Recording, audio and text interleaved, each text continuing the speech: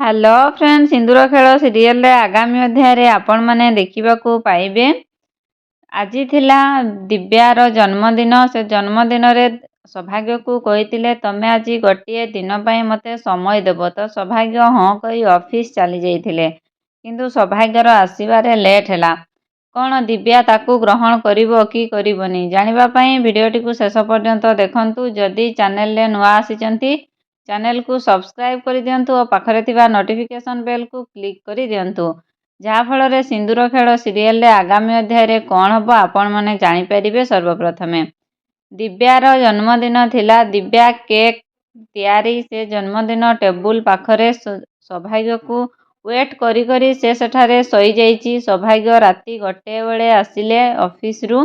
ସେ ସମୟରେ ଆସି ଦିବ୍ୟାକୁ ଡାକୁଛନ୍ତି, ଦିବ୍ୟା ତମେ ଏଠି କ'ଣ କରୁଛ, ରୁମ୍ରେ ଯାଇକି ରେଷ୍ଟ ନିଅ। ତ ସେତିକି ବେଳେ ଦିବ୍ୟା ଆଖି ଖୋଲିଛି ଓ କହିଛି ତୁମେ ଆସିଗଲ, ବହୁତ ଜଲ୍ଦି ଆସିଗଲ, ତୁମେ ଠିକ୍ ଟାଇମ୍ରେ ଆସିଗଲ। ଏବେ ଆମେ କେକ୍ କାଟିବା ଓ ପାର୍ଟି ସେଲିବ୍ରେସନ୍ କରିବା।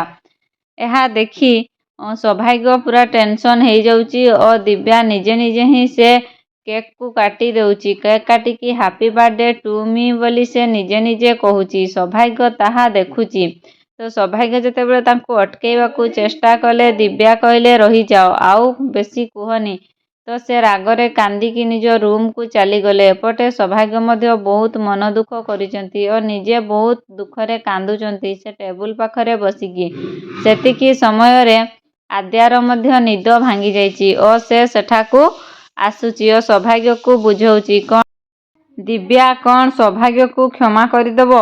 ପୁଣି ଥରେ ସବୁ ଦୋଷକୁ ଭୁଲି କ'ଣ ଦିବ୍ୟା ସୌଭାଗ୍ୟକୁ ନିଜର କରିବ?